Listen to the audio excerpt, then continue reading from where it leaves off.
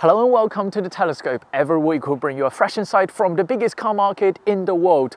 This is a new car. I know this looks just about the same as the NIO ET7 we featured in last year's highway NOP and battery swap video, but this is the newly updated 2024 model year ET7.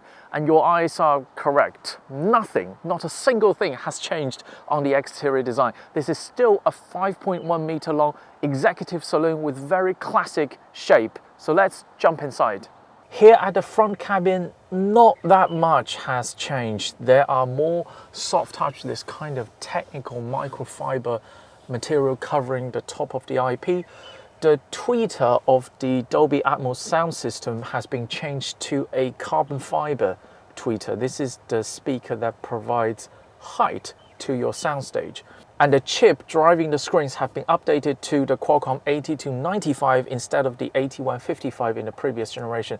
The big change, the huge update is the back seat. Now, this seat, because nobody is sitting on it, this is on the same configuration as the previous ET7. The previous ET7 has a seat back angle fixed at 27 degrees. That's 27 degrees over 90 degrees, so it's really 117 degrees. This, when nobody is sitting on it, is still 117 degrees. Now, because I have seated on this seat, notice how my seat is just a little bit more in front compared to this, because once I sit inside, when the door is shut, this seat will slouch forward to give me a 31 degrees, a more comfortable seat back angle. And that's not the end. If you want, you can adjust this to a 37 degrees seat back angle. Notice now this seat is significantly forward than this. Now this is a class-leading 37 degree seat back angle. The Mercedes E-Class is 36 degrees. The BMW 5 Series and the Audi A6 doesn't even come close to this. So this now stands toe to toe with the best rear cabin in this class, and that's the Mercedes E-Class. Comparatively speaking, I'm going to quote my cameraman because he puts it nicer than me. He's been on the BMW 5 Series launch, and his words are, when this seat is at its normal position, i.e. 31 degree seat back angle, this back seat is worse than the BMW 5 Series, but after it's slouched forward to 37 degrees, this is now significantly better than the 5 Series. Based on my experience of the Mercedes E-Class, this rear cabin at this most 37 degree angle position is competitive with the E-Class, if not significantly ahead. The E-Class, being a petrol-powered saloon, has a lot more vertical space than this, and this ET7 being an electric saloon, it's just inevitable that it has less vertical space, especially at the rear. The ET7, like any NIO, still has the strongest assisted driving hardware that you can buy on any production car still to this day. It has all-round camera vision. Many of them are 8 megapixel cameras. And we're about to try out a unprotected left-hand turn, which in left-hand drive countries is one of the most difficult things to do.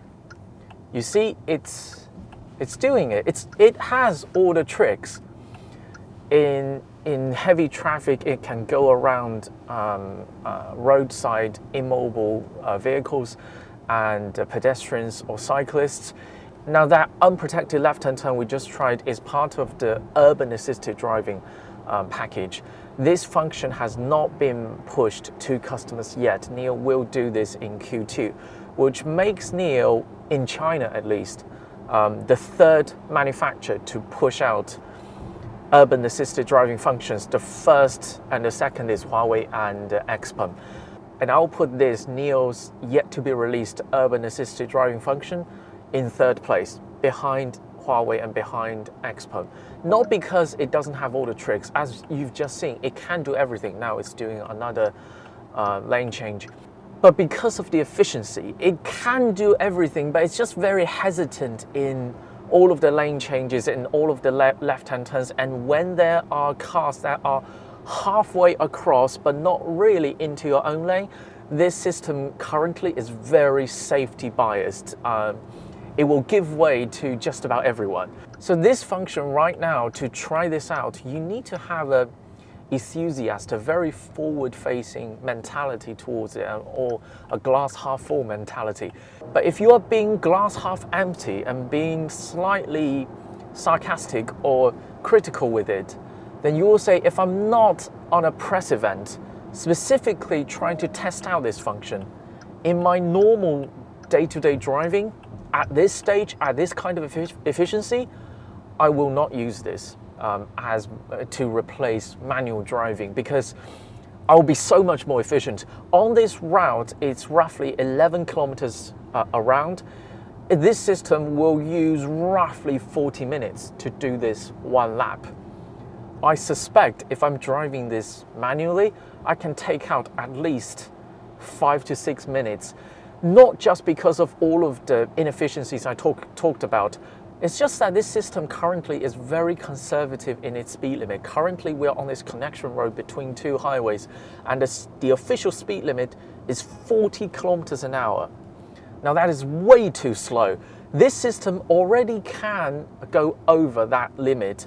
The system currently is speed limited to 60 kph on a 40 kph zone. But that still is very conservative. If I'm driving it, I will drive it at 70 kph minimum. On the road, it's even more pronounced. You know, being human driver, when you go up to a traffic light, when it's counting down 9, 7, 6, 5, 4, 3, 2, 1, we will judge the distance, and if we think we can do it, we will speed it up. This system doesn't do that. So it's very safe, it's very conservative, but to be my real day-to-day companion, it needs to be more efficient. Switching to manual driving, the ET7 being a 5.1 meter long executive saloon, of course, it's very comfort biased, it's very softly sprung. It has a lot of power, 2 motors, 650 horsepower, and if you put it in Sport Plus mode, it can smoke just about any cars on the road.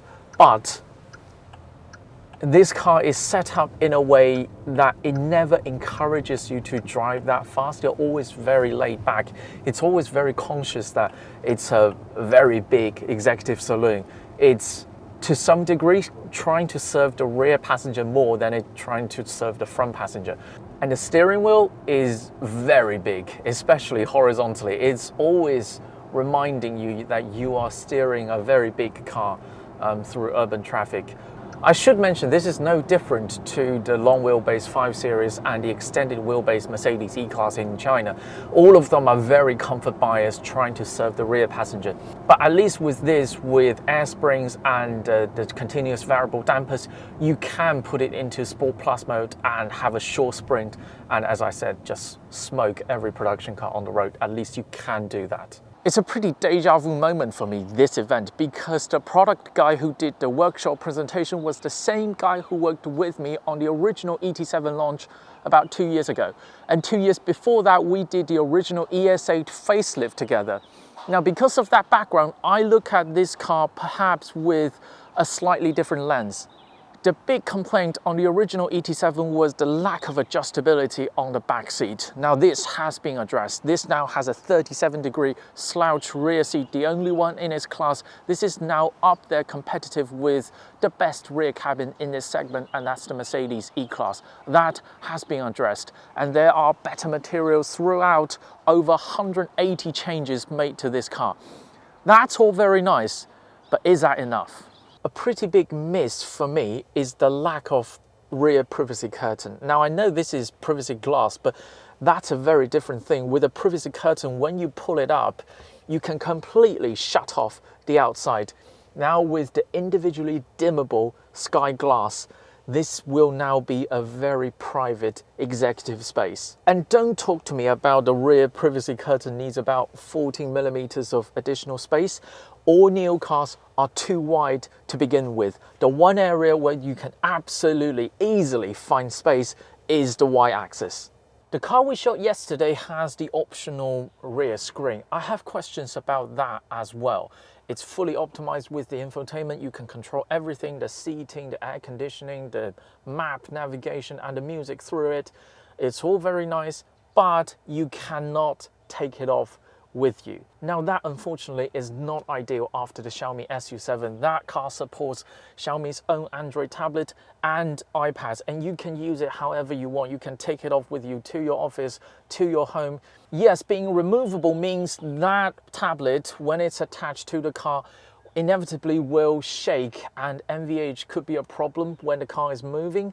But I will, and I believe most people will, tolerate some shakiness in exchange for being able to use it everywhere. I suspect the take rate for this optional rear screen will be low because rear tablet mounts for this kind of seats are pretty mature. Thirdly, we need to talk about the market. The new Mercedes E-Class is very strong. I've heard nothing but compliments from just about everyone.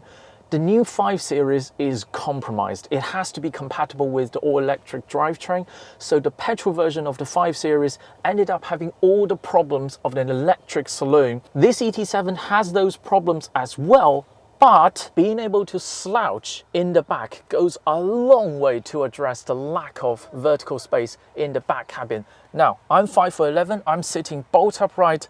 This is the amount of headroom I have. After I slouch forward, this is the amount of headroom I have. Look at the difference. The electric i5 is okay, but this ET7, being a NIO, it can battery swap with a nationwide network of 2,400 stations and expanding. And I just did over 2,000 kilometers long drive using just a battery swap. I refuse to charge an expensive EV on the highway. So the Mercedes E-Class is the benchmark. The BMW i5 is inferior, but it's running heavy market discounts. You can already buy a 5 Series now with $7,000 below sticker price, and expectation is for that discount to get further in future. The Audi A6 is 25% cheaper than all three of them, so it doesn't really enter this conversation. The ET7, as of today, we suspect will largely remain a roughly $60,000 price tag. If you want an electric executive saloon, like the performance, the comfort, the tech that this car offers, and most importantly, I believe the factor is the access to the battery swap network, then there is nothing quite like this. Then that price tag of $60,000 is totally justifiable. But I have driven a lot of EVs. I know probably better than 99% of the public about what I need from an expensive EV. I've also driven EVs over very long distance, so I know how painful it is to charge an EV on the highway during holiday season, and therefore the value of the battery swap network. But most of the general public, they don't know. They will only see the BMW i5 through its brand glory and will only see those problems I mentioned about the car after they made the purchase. They don't have a back-to-back test like I did. Will they see this ET7 as a stronger package than the BMW i5 and a head-on rival for the Mercedes E-Class as I do? Honestly, I don't know. That is all from the Telescope today. If you enjoyed this video, keep watching, keep subscribing. More videos coming along very soon.